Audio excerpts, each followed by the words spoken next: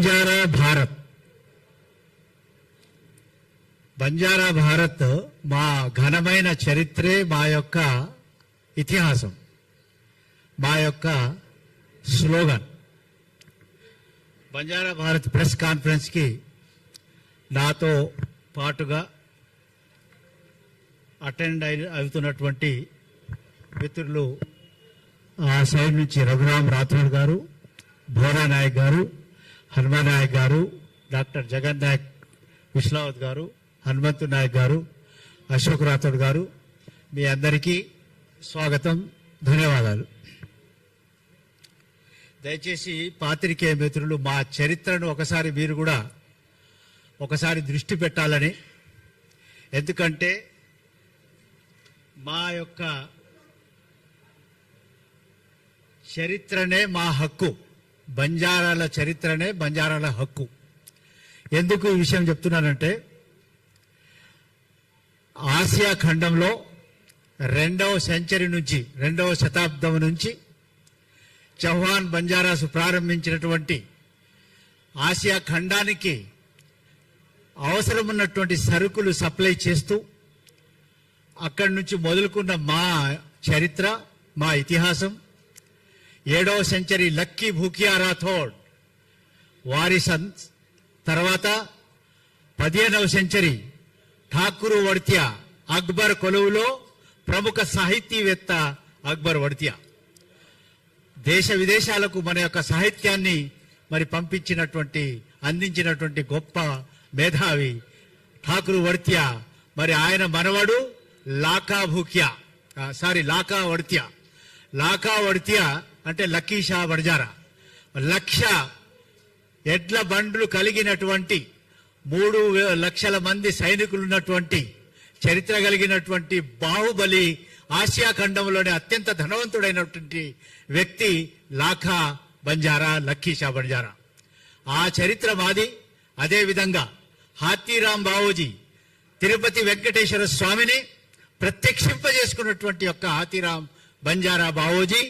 అదే ఇప్పుడు ఈరోజు 2,450 ఎకరాల ఆ యొక్క మఠం భూముల్ని కాజేసినటువంటి ప్రాంతం అదే. ఈరోజు హాతీరాం బావోజీ తిరుమల తిరుపతి వెంకటేశ్వర స్వామి ఆలయం దగ్గర ఈరోజు కూడా ఆ మఠాన్ని మొత్తం కూలగొడుతున్నారు. అదే రకంగా ఆయన తదుపరి జగదంబను మరి ప్రత్యక్షింపజేసుకున్నటువంటి సేవాలాల్ మహారాజ్ ఘనమైన చరిత్ర.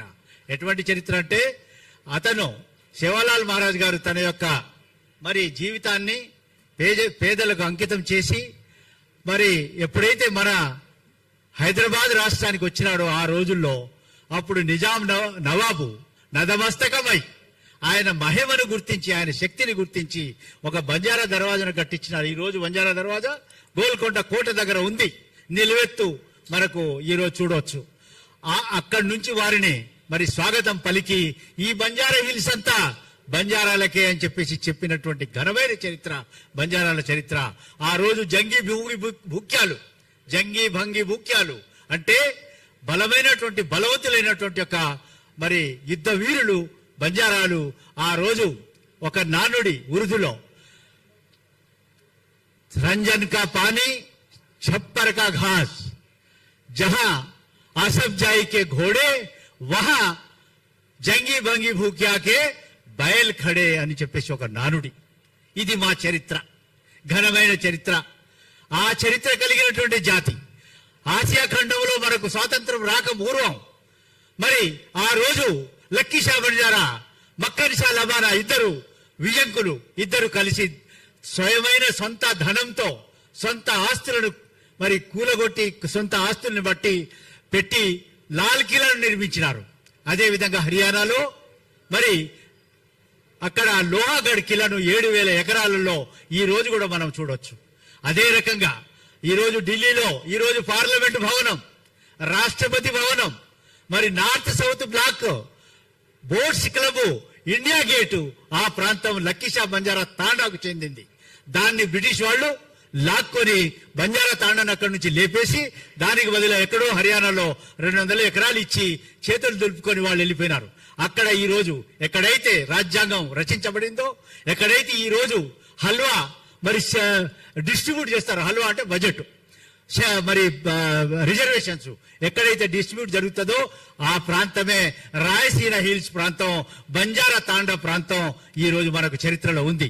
ఈ చరిత్రను బయటికి తీసుకురావడానికి, ఈ చరిత్రను ప్రపంచానికి చాటి చెప్పడానికి ఈ రోజు బంజారా భారత్ ద్వారా మేము కార్యక్రమాలు చేపట్టి ఇప్పుడు మాకున్న చరిత్ర అదే మా హక్కు, మా చరిత్రను ఈ దేశానికి వివరిస్తాం. ఆ రోజు బంజారాలు మద్దతు పలికినారు, అందరికీ ప్రతి ఒక్కరికి మరి సహాయం చేసినారు. అన్ని విధాలుగా ప్రాణాలను సైతం కూడా వారు బలిపెట్టి అటువంటి జాతి మరి ఎప్పుడైతే మొఘలులతో మరి వైరం ఉన్నప్పుడు మొఘలులతో వ్యాపారం సాధించిన మరి సంబంధాలు పెట్టుకున్నటువంటి జాతి ఆ రోజు వాళ్లతో ఫైటింగ్ మన ఇంగ్లీష్ వాళ్ళు వచ్చి మొఘలులతో బంజారాలకు ఫైట్ పెట్టినారు. ఆ సందర్భంలో సిక్కు గురువులు హిందూ మతాన్ని కాపాడేటప్పుడు మరి వారి శక్తి చాలకుంటే ఇదే లాకాషా బంజారా వంశీయులు, ఇదే లక్కీ రాఠోడ్ భూక్యా వంశస్థులు, అదే చవాన్ బంజారా వంశస్థులు ఆ గురువుల వెంబడి ఉండి ఆ రోజు సాక్రిఫైస్ చేసి హిందూ మతాన్ని కాపాడారు. ఆ చరిత్రను కాలరాసి మరుగున పరిచినటువంటి నేటి స్వతంత్ర భారతదేశంలో ఇప్పుడు కూడా బంజారాలు ఈ దేశంలో మరి ఈ దేశానికి ఉన్నటువంటి పరిస్థితులను, దేశంలో ఉన్నటువంటి యొక్క మరి సమస్యలు ఏవైతే ఉంటాయో అనేక సమస్యలు ఎదుర్కొంటూ ఈ రోజు తమ ఓట్ల ద్వారా ప్రభుత్వాలను ఏర్పాటు చేసేటువంటి యొక్క పరిస్థితి ఏర్పడిందంటే బంజారాల చరిత్ర ఎంత ఘనమైందో, ఈ ఘనమైన చరిత్రను ఈ రోజు మేము ముందుకు తీసుకెళ్లడానికే బంజారా భారత్ని ప్రారంభించాం లాస్ట్ ఇయర్ నుంచి. సో ఈ రోజు మేము ఇక్కడ ఈ కార్యక్రమం చేయడం మొదటి విషయం ఏమంటే మా యొక్క హక్కుల్ని కాపాడుకోవడానికి మరి మాకున్నటువంటి యొక్క అదే విధంగా నా యొక్క పరిస్థితి మీకు తెలుసు. గత 55 సంవత్సరాలుగా నేను ఈ యొక్క రాష్ట్రంలో లంబాడీలకు, బంజారాలకు, సుగాలీలకు, ఎరుకల తెగలకి జరిగినటువంటి అన్యాయాన్ని ఆ రోజుల్లో మొత్తం దేశంలో ఉన్న బంజారాల గురించి నాకు తెలియదు. అయినా కూడా 1968 సంవత్సరంలో నేను హైదరాబాద్ వచ్చినప్పుడు నాకు జరిగినటువంటి అన్యాయాన్ని గుర్తించి ఇది మొత్తం సమాజానికి కూడా జరుగుతుంది కదా అని ఆ రోజు మేము 6 సంవత్సరాలు విగరస్ గా ఫైట్ చేసినాం. 1970 నుంచి 75 వరకు. ఆ సమయంలో నా ఎంబడి ఉన్నది కేవలం మరి మా యొక్క కామన్ జనం, ఇక్కడ హైదరాబాద్ లో రిక్షాలు నడిపేవాళ్ళు, కూలి పని చేసేవాళ్ళు, వాళ్లే మా ఎంబడి ఉండి ఈ మూవ్మెంట్. దానికి ఉదాహరణ ఇక్కడ 2 వ్యక్తులు ఇక్కడ మీకు నేను సాక్షిగా మరి రిటైర్డ్ గెజెటెడ్ ఆఫీసర్స్ మా డాక్టర్ జగన్ నాయక్, భోనా నాయక్, మిగతా వాళ్ళు కూడా మీ అందరికి తెలుసు. కాబట్టి నేను ఈ రోజు చెప్పబోయేది ఏమంటే ఈ జాతిని ఈ రోజు ఓట్లు ఆ రోజేమో తమ ఆస్తుల్ని పోగొట్టుకున్నారు, తమ భూముల్ని పోగొట్టుకున్నారు, తమ ప్రాణాలను ఇచ్చినవారు, త్యాగాలు చేసినారు.